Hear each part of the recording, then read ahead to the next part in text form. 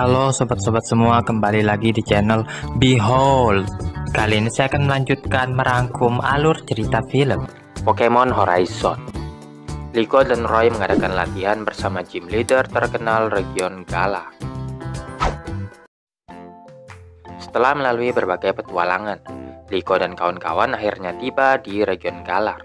Seperti yang telah disebutkan, alasan mereka datang ke sini adalah untuk mencari nenek Liko.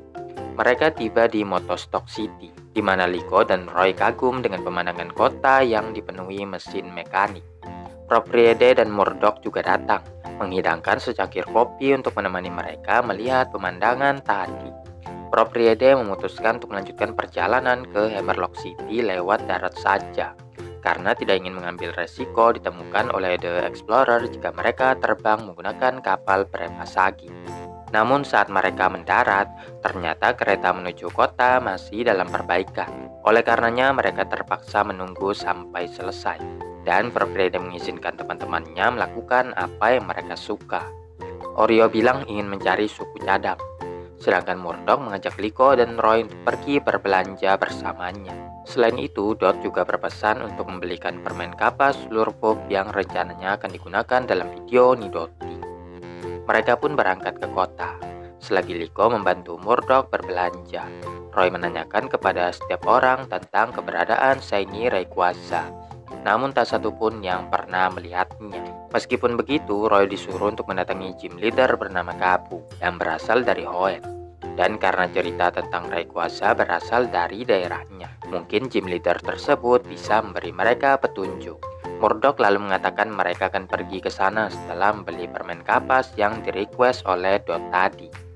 Sesampainya di Battle Cafe, Murdoch memperhatikan bahwa permen kapas Slurpup tidak tercantum dalam menu.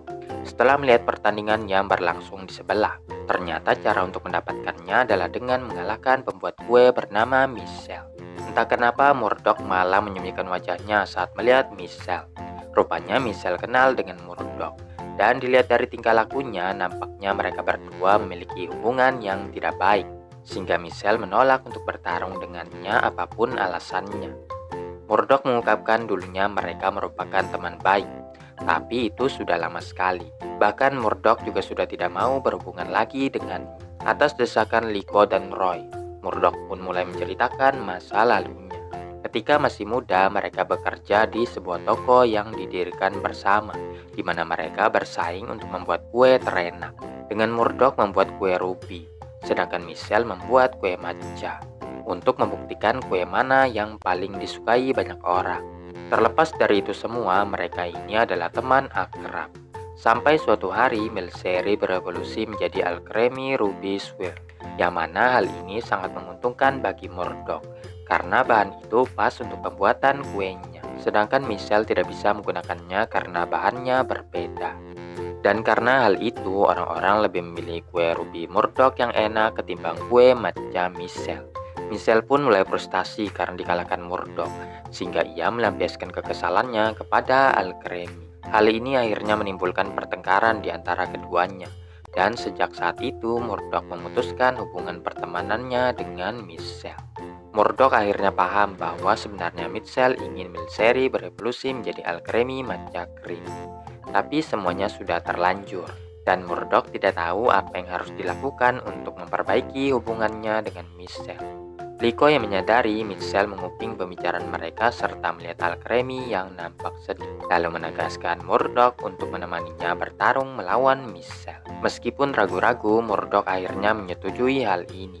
Liko lalu memohon agar Michelle mau menerima tantangan dari mereka berdua. Dan Michelle ternyata menerima tantangan itu, namun memperingatkan bahwa ia tidak akan segan-segan terhadap mereka berdua. Pertarungan pun dimulai antara Sprigatito dan Alcremie versus Slurpup dan Appletoon. Michelle memulai lebih dulu dengan combo Cotton Spore dan Apple Acid yang sukses menghit Sprigatito. Namun Alcremie berhasil melindungi diri dari serangan itu, serta membebaskan Sprigatito dengan menyerap kapas yang membelenggunya. Murdoch kemudian menyuruh Alcremie menggunakan decoration pada Sprigatito, sehingga Scratch memberi damage lebih pada lawannya. Bukannya menyerang balik, Michelle menyuruh Pokemonnya menuangkan bahan-bahan, yang mana Murdoch merespon dengan hal yang sama. Liko pun dibuat kebingungan karena pertarungan itu berubah menjadi kompetisi membuat kue.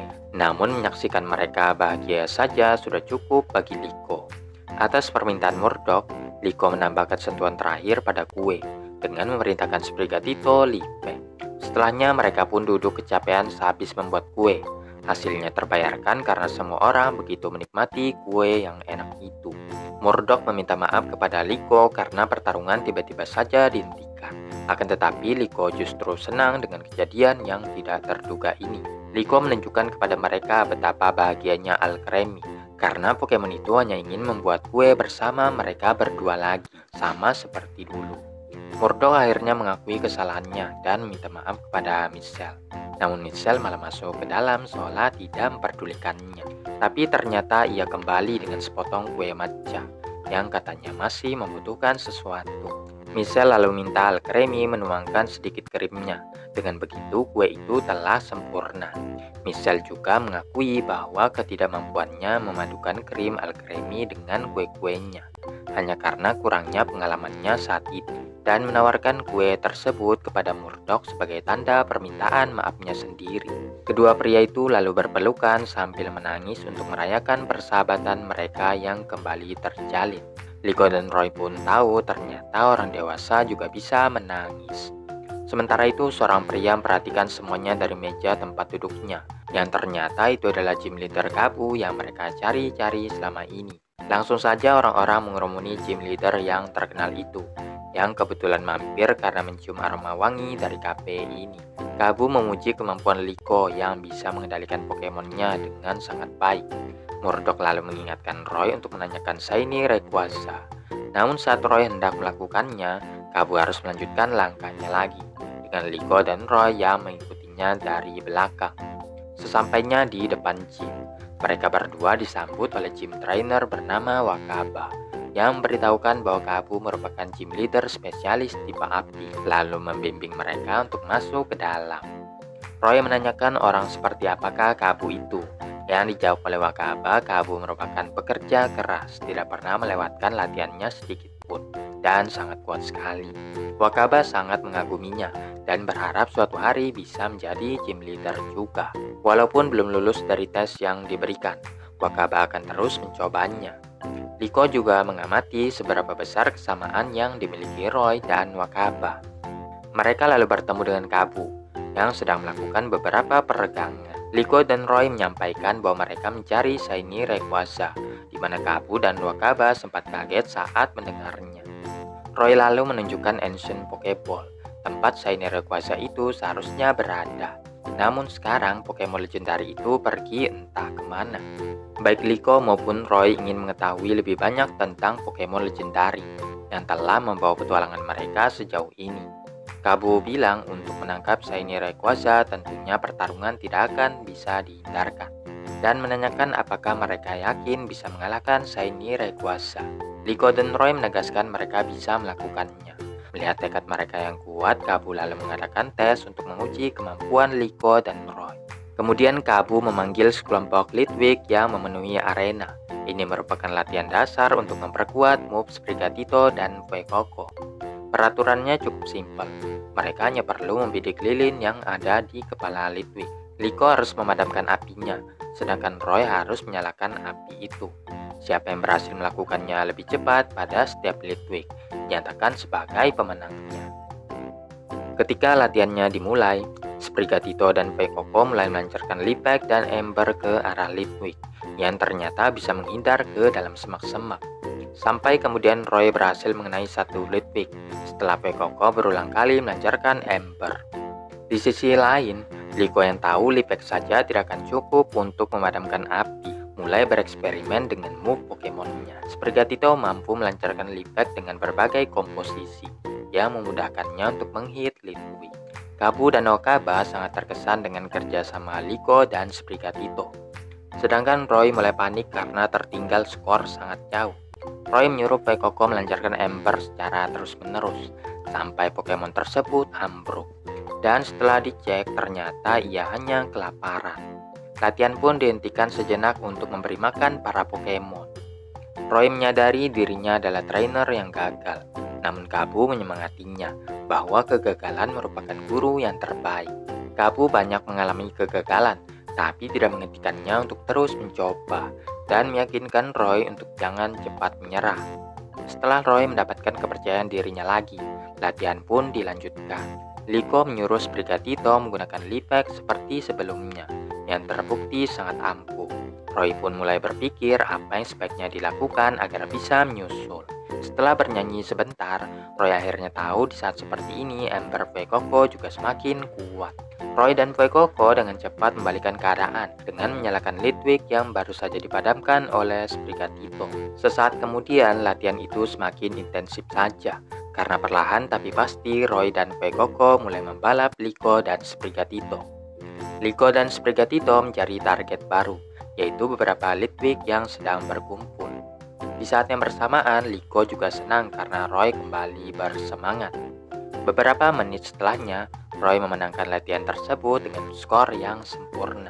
Liko merasa sudah memberikan yang terbaik, dan walaupun kalah, Wakaba tetap menyanjungnya. Kabu yang melihat kemajuan Liko dan Roy, lalu menantang mereka bertarung serta minta Wakaba untuk mendampinginya. Wakaba merasa sangat terhormat bisa bertarung bersama idolanya, sedangkan Liko dan Roy sudah tidak sabar untuk melawan gym leader itu.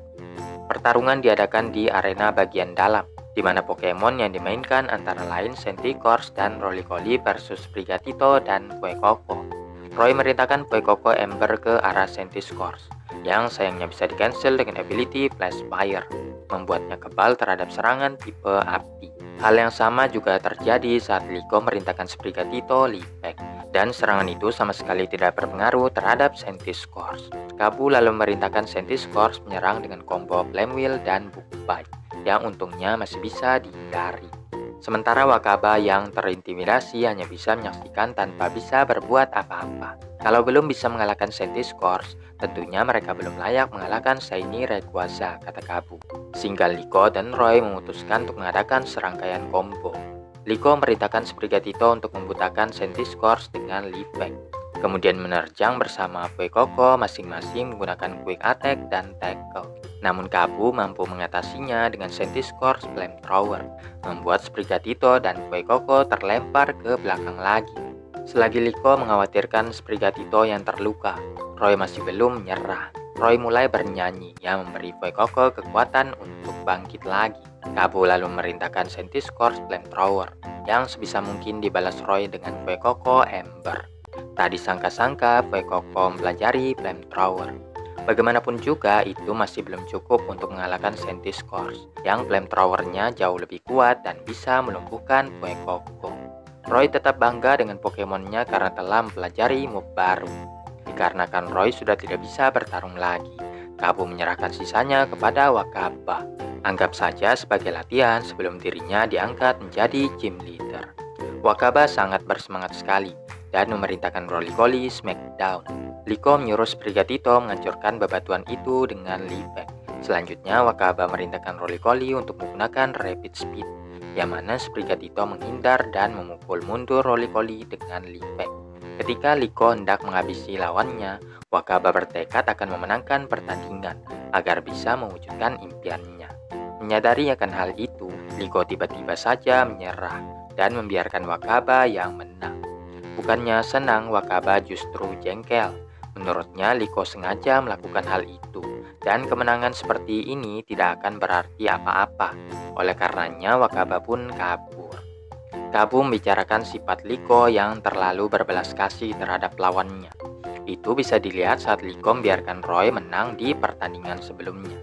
Memang hal itu bagus, tapi Liko juga harus memikirkan perasaan Wakaba yang telah berjuang keras.